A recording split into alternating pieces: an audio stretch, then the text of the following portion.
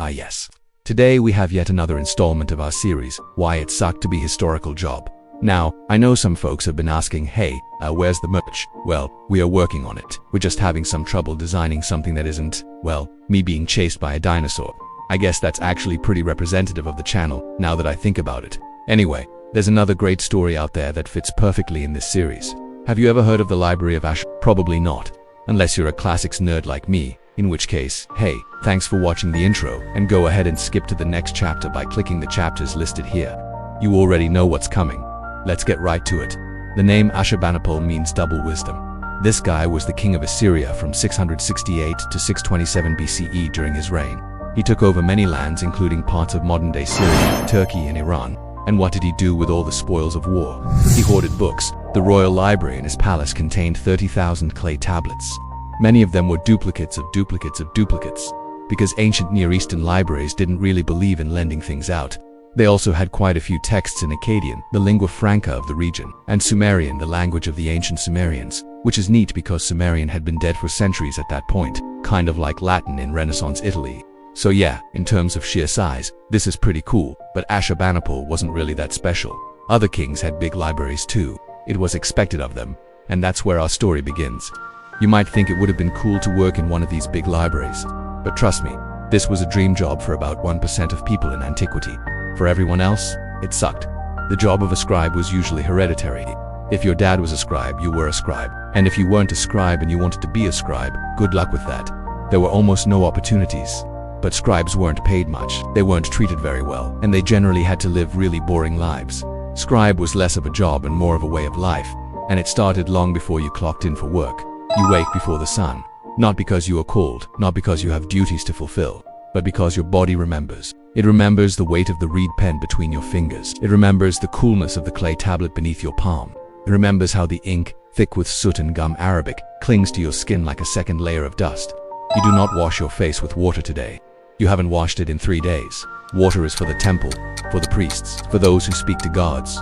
You would bathe in the river if you could, if you had time, if there was a reason, but you sit before your station empty-handed, waiting for the sky to lighten, waiting for the world outside to stir.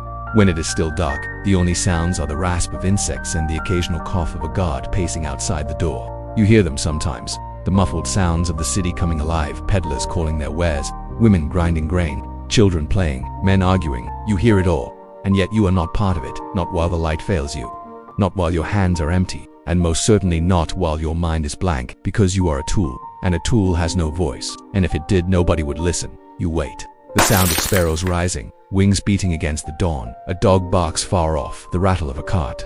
Finally, the crunch of footsteps on the baked earth outside your door. You are dismissed. You step out into the harsh light of day, your eyes squint, you blink.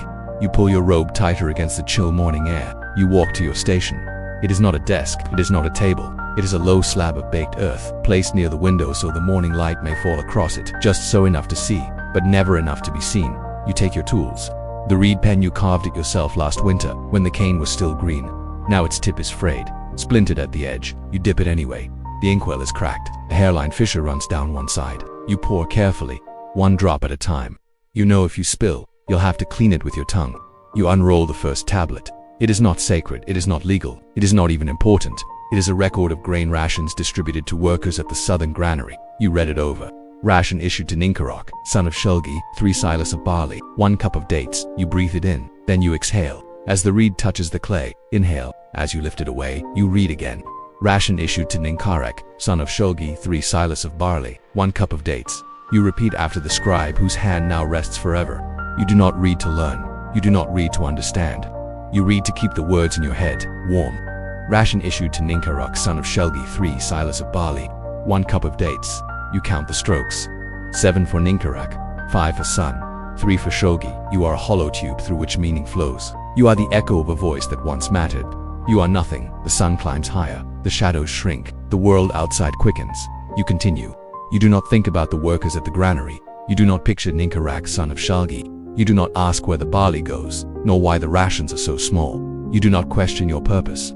You do not seek fulfillment. You write, and in the depths of your gut, a primal instinct tells you that this is all there is, that there can never be anything more. The hours bleed together. The clay hardens under your palm. The ink dries on the tablet. The sun begins to set. You finish the list. You count the tablets, 312, all identical, all untouched.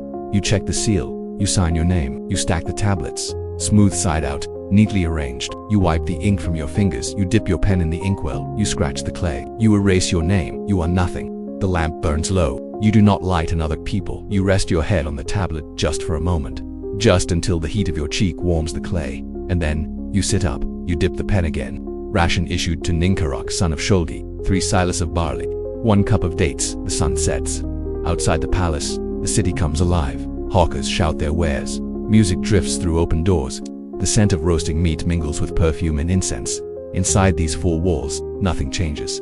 You're right. And in the silence, the only company you keep are the ghosts of scribes past, their whispers echoing in your ear. Ration issued to Ninkarok, son of Shalgi, 3 silas of barley, 1 cup of dates. You do not dream of freedom. You do not plan your escape. You do not plot revenge. You do not imagine a future. You're right. And as the words flow from your pen, you realize this. The ink dries, the clay hardens, the words remain, and you are the hand that makes them so. You are the librarian. You are the archive. You are the keeper of records. You are the scribe. You are the forgotten. And tomorrow you will come back because this is how you exist. Not as a scholar, not as a man, but as the echo of a voice that once mattered, and still does. The pen lifts, the ink settles, the tablet waits, and you close your eyes. Many of you probably recognize the setting of today's episode, which should come as no surprise given that it was also the setting for my thesis. For anyone curious, I've written a little bit about both Babylon and Nineveh. You can find links to those videos below. And of course, if you want to support the channel directly, our Patreon is linked below. Thank you so much for watching. Until next time,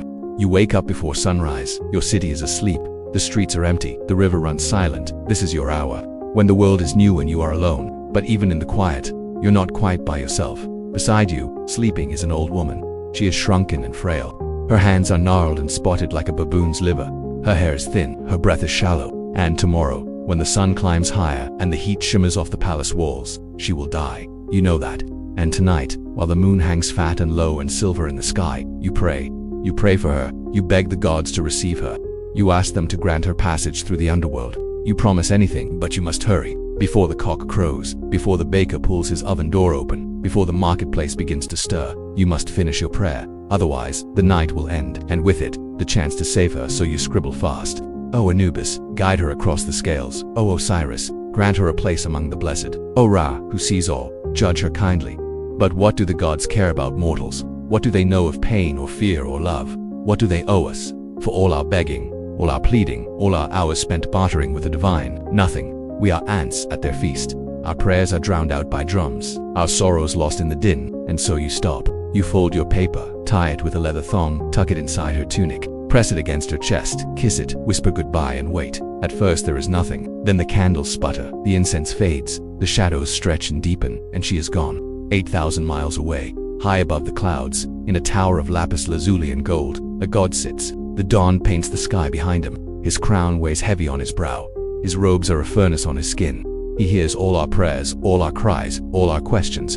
He knows every supplication whispered at the roadside shrine, every secret vow breathed onto the desert wind, every tear shed under the fig tree. He knows, and still he does not answer. Why? Because he has something better to do.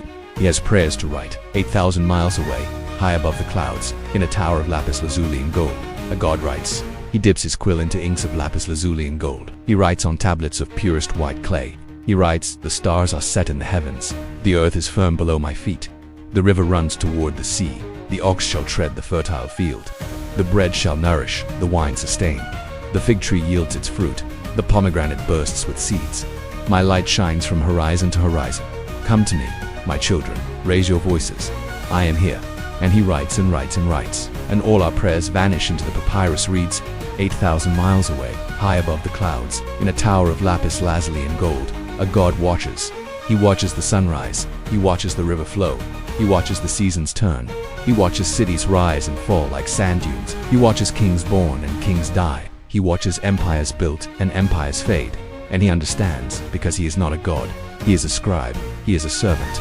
And his job is to record, to preserve, to hold the moments as they pass. 8,000 miles away, high above the clouds, in a tower of lapis lazuli and gold, a god rests. He lays down his stylus. He sinks into his throne. He closes his eyes, and you might think that now is his time, that now he demands sacrifices and hymns, that now he listens to the music they play in his honor. But no, as he sleeps, the scribes come. They gather around him, they don't speak, they don't breathe, they don't touch him, they simply copy him. They copy his fingernails, they copy the curve of his neck, they copy the way his beard braids cross, they copy the lines on his hands, the rings on his fingers, they copy the staff beside him, the flower in his hair, the dust on his shoulders, and he sleeps. Because they don't worship him, they don't need to. He has shown them everything. They are enough. And sometimes, when the moon is right, when the silence is deep, they find him watching them, and then he smiles. Not because he is pleased, not because he is amused, but because he knows, because he understands, because he is a god, because he is a scribe, because he is alone. And you, who are you? If you feel you are alone, if you feel you have no voice, if you feel that even your prayers are unanswered, you are wrong. You are not alone. Behind you, 8,000 miles away, high above the clouds, in a tower of lapis lazuli and gold, a god copies you. He copies your gestures, the tilt of your head, the curve of your smile, the crease between your brows. He copies the way you twist your hair, the way you trace a line, the way you grasp a cup. He copies the shadow beneath your chin, the way you catch your breath, the way you sleep. And when he looks at you, he does not see a mortal, he sees a wonder, he sees a marvel, he sees a miracle. And he whispers so that you may remember how to be human.